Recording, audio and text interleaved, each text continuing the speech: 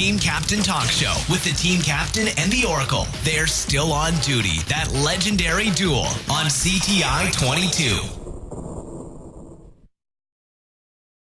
On behalf of Majestic and the Majestic 12, I am sorry, I apologize. Update: much to my surprise, when the question about abductions came up, Dan's presentation became far more forceful, much more forceful than I had anticipated. He paused, darkly, then said that, as a previously seated numbered member of the 12, even though he had no official authority to do so, he took it upon himself to apologize for the previously established treaty-programmed abductions, citing that they were wrong on any account and that, as he was a former number, he had some responsibility to speak out in that regard. He said he used his short time, as a J number, to press for the removal of the abductions from the treaty process, because it was wrong, and that the government, including Majestic, in years past had been lying to the people of the world when dismissing their claims of abductions or encounters. It was a powerful moment. When the question about right and wrong was stated, Dan became angrily passionate that the removal of people from their beds at night could never be justified, and that he said, on behalf of Majestic and the Majestic 12, I am sorry, I apologize.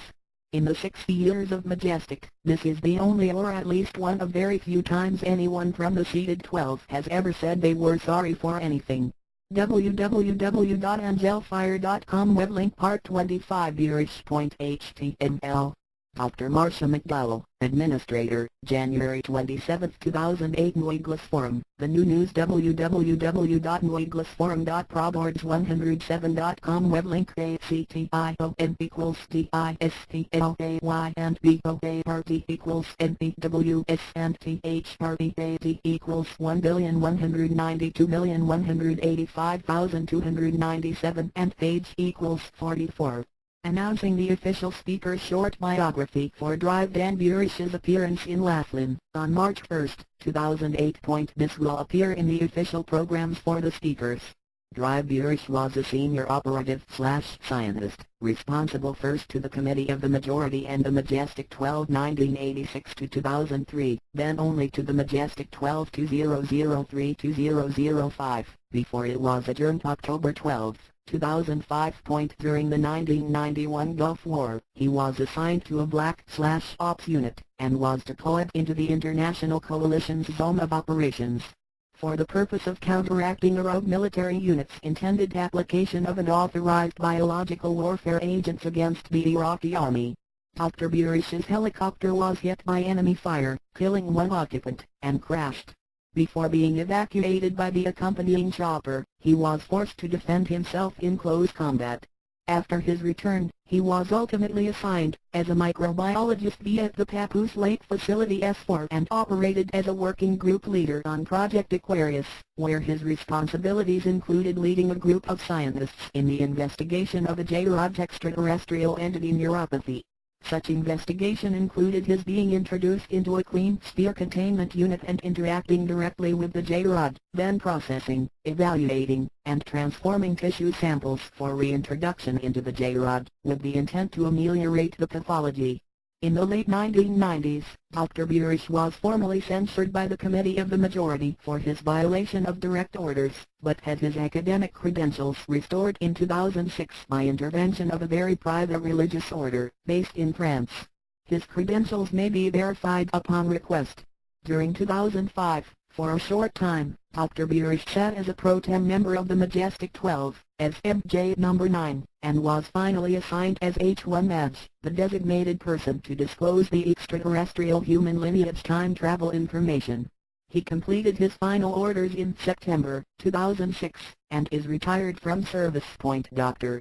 Burish continues to conduct and publish research, as Chief Scientist of the Eagles Disobey Research Consortium and Corporate Director of Eagles Disobey, Incorporated, with Dr. Marcia McDowell President, Eagles Disobey, Incorporated. Their publications include the image analysis of Mars anomalies, acoustic research aimed toward the healing arts and sciences, and an unusual discovery, designated Lotus. Dr. Burish will make an announcement about Lotus during his interview by Mr. Simone. A New Day. 3/1 Laughlin. Search the web. Angelfire Report 34. Rob's narrative continues. www.neuglisforum.proboards107.com web link BOA party equals NPWS and ACTION equals TISTLAY and TH party AD equals 90 and page equals 1. Note: the photos on the Eagles forum are not displayed here due to copyright. Rob, the whole Eagles team has arrived in Las Vegas, safe and sound. G. The letters have pounded Dr. Marcy's email. People can do their own research, but no, Dr. Audi came to Caltech in the fall 2004, almost 2 years after the Rense.com article. He has academic history in Switzerland and France and is a fellow of the University of Provence, and was also educated in Paris. Doctors Burish and McDowell have been invited to Caltech, not having anything to do with the looking glass. They have been invited to demo Lotus and they will ask the academicians present for their advice. They are going to demo Lotus, not anything else. This happened quite naturally. Dr. Audi introduced himself to Doctors Burish and McDowell in December 2006, and he invited them for this seminar on January 22, 2007. That means that they knew about it when they were last at Laughlin being interviewed by Jerry Pippin. Many other people knew about it too, people with honor who know how to keep confidences. Here is the auditorium at Caltech they will be speaking in. Mongrel will add many more images tomorrow. Once the conversation between Rob Simone and Dan was finished, questions were taken. Dan spoke about the Lotus, Unity for Humanity, something very important in the wake of what we just learned about the efficiency of the looking glass, an efficiency which has now been proven to be much larger than false prophets. At more than one time, people broke into applause at Dr. Dan's oration about Unity. Here is Russell Targ questioning Dr. Dan. Russell Targ is a physicist, author, and pioneer in the use of lasers and remote viewing. He is a remote viewing legend. Drive Dan's concession of a point to a person his senior, and the way Dan put it with during the questions/answers got a chuckle from the audience. Does Targ's presence at the conversation between Simone and Burish square with the blabber some do on the internet about no interest? No, it doesn't seem to. Here's our favorite Eagles team captain. Dr. Dan loved meeting him and his lady. Who is that behind the team captain, the gentleman? Dr. J.J. Hurtak. He was there. Here's Dr. Hurtak speaking with Dr. Dan. Dr. Hurtak was especially kind to Dan in his comments. He said that Dr. Dan's account and his research have created a new benchmark for everyone. That caused another round of applause for Dr. Hurtak and Dr. Dan. Here's Ron Garner. Mr. Garner thanked Dr. Dan for him adding his name to the thanks slide. Mr. Garner also presented heavy support to Dr. Dan and advised how certain people could access certain videos that evening. Meetings happened after the IFO. It's Dr. Roger Lear. The presentation time ran out, so Dr. Dan left the stage and shook Dr. Lear's hand. They continued a conversation backstage afterward. Dr. Hurtak and his lovely wife visited with Doctors Burish and McDowell backstage, too. That content isn't available, but photos may be, in the future. Dr. Burish also said that Bob Brown spoke with him and they shared positive comments back and forth, backstage, and Bob was the person to introduce Rob and Dr. Dan. Here is the man who named Dr. Dan, mumbles. Look at these guys. Before I end posting for the night, let's look one more time at these good people. Tomorrow we'll talk about beer and shrimp. In the final analysis it all boils down to just two little words: Eagles disobey. Cheers. Dr. Burish continues to conduct and publish research as chief scientist of the Eagles Disobey Research Consortium with colleague Dr. Marcia McDowell. Their publications include the image analysis of Mars anomalies, acoustic research aimed toward the healing arts and sciences, and a peculiar phenomenon, designated Lotus. Dr. Burish will make an announcement about Lotus during his interview by Mr. Simone. It will surely prove to be a riveting interview. Dr. Richard Boylan, Ph.D. type, is a behavioral scientist, anthropologist, University Associate Professor Emeritus, certified clinical hypnotherapist, a consultant, and researcher. Ooh. His career has also spanned 4 decades as a service as a psychologist, social worker, a retired clergyman, educator, and space anthropologist. Dr. Boylan is a consultant to star kids and star seeds seeking to understand their origin, identity, and mission. Author of 3 books, Close Extraterrestrial Encounters, Labored Journey to the Stars, and Project Epiphany. He is also the president of the Academy of Clinical Close Encounter Therapists, a not-for-profit educational and research organization. Richard, when do you sleep, for crying out loud? You're everywhere. Well, tonight it won't be till 2 in the morning. George, how are you? Good to talk to you. Good to, I met you at a conference about a year or so ago, right toward the end, and it was a pleasure doing that as well. Tell me, what have you been doing since we last talked a few years ago? Well, I've been continuing to work with the Star Kids and Star Seed adults. For any listeners to whom those terms are not self-evident, let me say real quickly that these are people who've been transformed by connection with the star visitors.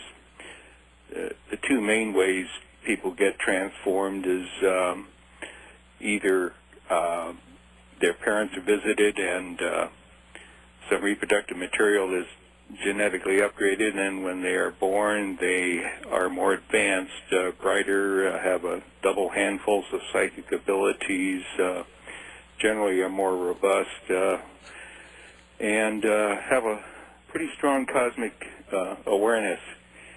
And these kids and adults are now in very great numbers in society and are beginning to make an impact as we transform our society from the kind of scary one world, New World Order orientation that you've been talking about to take it in a new and healthier direction. And they're going to put a lot of muscle and brain power and even psychic abilities to that task. So we've been doing workshops and talks and meeting with kids and grown-ups and trying to raise consciousness. I've got a new book out since that listing got printed.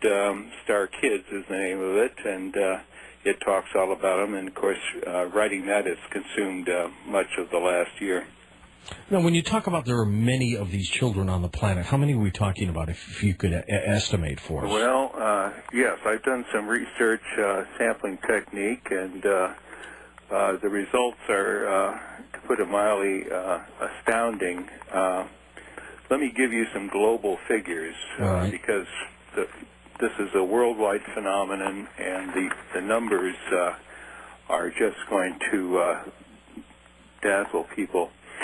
It's my estimate now that, the UN tells us there's 6.3 billion humans alive today, and in my estimates, 59% of them are star kids or star seed adults.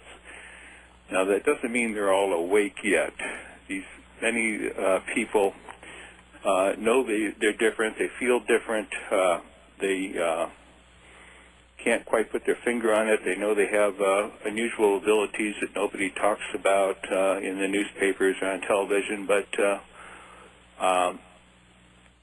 in many cases they are aware of contact, telepathic or in person with star visitors, but they're in the closet, or maybe they haven't even had contact and they're just walking around knowing they're a little bit different but not clear why. But when all of these people wake up as this phenomenon comes out in the open and starts to get on the broad general media, these people are going to really snap to and realize why they're different, why they're here, and really get mobilized to make a difference in our society. How do they look, Richard, though? Do they look like human beings, or do they look a little different?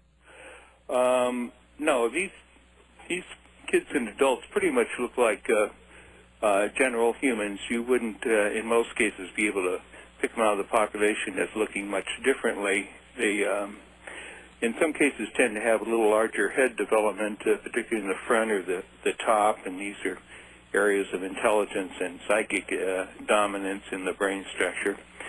Some of them have kind of a little bit different eye structure in terms of the iris, but mostly they do not look different on the outside. A couple of the physical telltale signs are very often they have lower body temperature than the average regular human of yore. You know, the old fever thermometer says it should read 98.6 if you're Right. normal. These kids and starseed adults tend to read a degree or two lower. Huh. I've had a physiologist tell me, actually, that's kind of good. It means you're not burning up as fast and you'll last longer. And indeed, many of these kids grow up fast as infants and small children, faster than their peers, but as they get to the other end of their lifespan, they tend to look younger than the folks around them their age that are aging, and tend to last longer. So it seems like a good deal all in all. Now, if your estimate is correct, Richard, 59% of the children and adults on this planet may be these star children, star adults.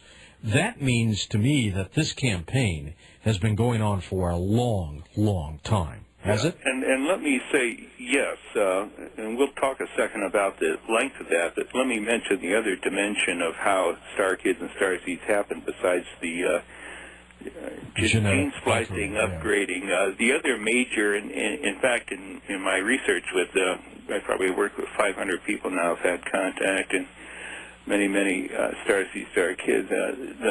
If anything, the more predominant way this happens is that an individual who was a star visitor, an extraterrestrial, if you will, in a previous lifetime comes in as a human this time, but brings along with them just enough kind of elevated consciousness and awareness and energy and extra abilities that they function at a higher level than a regular human would have.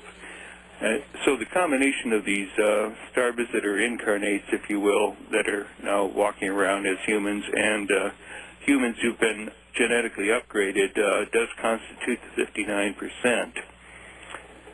But because they often come in with no particular awareness from before, they have to be, in most cases, reached out to and explained why they're different, and then everything clicks together and starts to make some sense, and they understand themselves. How did this... Now, this has been going on for... well, we can talk about isolated instances going back into the last century, but the real tidal wave of star kids started happening in the 80s and 90s. By that I mean the percentages really got to be really astounding. We can talk in terms of, well, let me give you a little age breakout here. All right. I think it kind of makes the case for what's going on. If you take the middle, young, mature adults, 30 to 45, about 45% of them are starseed adults. Okay. So that's back 30 years that there was a sizable percentage. Mm-hmm. You get down to the young adults, the 19 to 29 crowd, 2/3 of those are starseeds. You get down to the teenagers, 8 out of 10 are star kids. You get down to the kids who are infants to 12 years of age, 96% are star kids. So what we've got is a front-end loaded wave that the closer you get to the present, the higher percentage of people coming in and being born are starseeds or star kids. So while there were some back in the 50s and even before then, and isolated individuals going back, Einstein was one, and Tesla, you know, going back even into the wraparound of the late 1800s. But the real wave is in the last few decades, and it has now created a majority of humanity in this column, if you will. Is one select group of extraterrestrials responsible for this, or a number of them? Well, it is a project of the Star Nations, which is the unified organization of all the intelligent civilizations in contact with Earth. They talk about a primary mission objective to Earth, which is to save Earth, which is headed to hell in a handbasket, as any environmental scientist will tell you, but also the species upon it, the plants, the animals, fish, birds, but very centrally the humans. As fellow conscious intelligence beings, they hate to see a intelligent species blow itself up or destroy its ability to survive on a planet. So their focus is on trying to turn around this madcap race to hell in a handbasket that our current society and culture is on, between environmental degradation, violence, wars, weapons of mass destruction, and New World Order kind of repression and manipulating conflicts everywhere to maintain dominance. They want us to reach our highest and best potential, what the indigenous people of many cultures have called Fifth World, a place where humans live in peace and harmony with the earth and with each other, and operate in a more family-like way instead of at each other's throats in a competitive, materialistic dominance paradigm that we find ourselves in currently. So they are here with both the incoming wave of volunteers volunteering to come as a human this time around, live a lifetime, and in terms of the genetic upgrading work. The heavy lifters in terms of the workforce are primarily the Zeta folks, but it's not a Zeta project, it's a whole Star Nation project. They're just the ones that are doing the intensive labor of most of the contacting and the gene splicing. Richard, this Project Serpo, have you heard of it? Serpo? Yeah. I've heard of it. This is supposed to have been some kind of a basically trade program between astronauts and extraterrestrials that started in 1965 and lasted about 13 years. But they mentioned Zeta Reticuli. It's very similar, I think, to some of the things you've talked about. I'm wondering if there's definitively been that kind of relationship.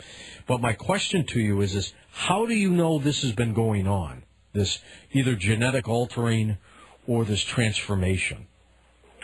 Well, I'll tell you, I've got a database of 500 cases, and many of the other therapists I associate with, who are in our association, the Society of Clinical Close Encounter Therapists, have reached the same conclusion through interviews with people, and in some cases by hypnotic regression, taking people back to encounter incidents, or even back to the beginning of their life and back to the in-between space between this life and a previous life. People have reported out being aware of previous existence on another planet as looking quite different than they do as a human now, and in many cases consciously recalling that they have been presented with the perilous Earth situation and consciously volunteered to come in and live a human life and try and help and make a contribution here. What's the percent of the genetically altered humans to those that either come through via reincarnation or these other dimensions you were talking about? Is there a breakdown on that? I don't have a firm figure. I can give you a kind of feel from dealing with many, many people and kind of making a rough estimate. I would say the majority of star seeds and star kids are through the incarnation route, being star visitors before and coming in as a human this time. A minority, but still a pretty hefty minority, are those that have their parents' reproductive material is genetically upgraded, and they come in genetically upgraded as a more fully developed human with these mental and psychic abilities and so forth. How are they doing it, Richard, without the rest of the population, those people who haven't been affected, of them knowing about it? I mean, do they do it with craft and they beam people aboard? What's the procedure? Well, ever so many of the encounters people have had have a dimension of the person being taken aboard a craft and their reproductive material worked with, this genetic gene splicing, I guess we would consider it, and then brought back, and when they go on to have a kid, they have a much more advanced kid. This is happening all over the world. The star visitors and the Zetas certainly have mastered the ability of low profile, coming in with cloak craft, picking usually quiet times of the night, 2 or 3 in the morning. Person isn't gone very long, and in many cases there's a hypnotic suggestion they won't remember the encounter until later and better time when they're ready to deal with the information. And Anonymous. The one shooting and being shot at in that video, if it is even real, are both cabal. You being a cabal operative ought to know that. In the light. Richard Boylan, PhD. Message dash, from lekinseri@aol.com, mail to lekinseri@aol.com, sent Thursday, August 5th, 2010, 4:35 a.m. to drboylan@speakglobal.net, lekinseri@aol.com. Subject: Hello Dr. Richard Boylan. Who is shooting at who in this video? Hello Dr. Richard Boylan. www.drboylan.com web link. The UFO Star Visitors StarKids/Starseeds website of Dr. Richard Boylan, a disinformation-free, professionally researched, factual information site on UFO starcraft. Contact my Star Visitors, the new Star Kids and adult Star Seeds, on Star Nations, and on the Star Kids Project. There is also a link to the Academy of Clinical Close Encounter Therapists (ACCET), professionals who work respectfully with those having star contacts. Richard Boylan, PhD, MS and MSW, BA, is a behavioral scientist, anthropologist specialization star cultures, emeritus university professor of psychology, certified clinical hypnotherapist limited to experiencers, and research professional. I must say, your credential very impressive. My question? You said you have a disinformation-free, professionally researched, factual information site on UFOs? Dr. Richard Boylan. With all due respect, could you please tell me who is shooting at who in this video? Any and all information from you or your sources would be very helpful. www.youtube.com web link V=VQYU7NNXM. Is that legal to do in the city?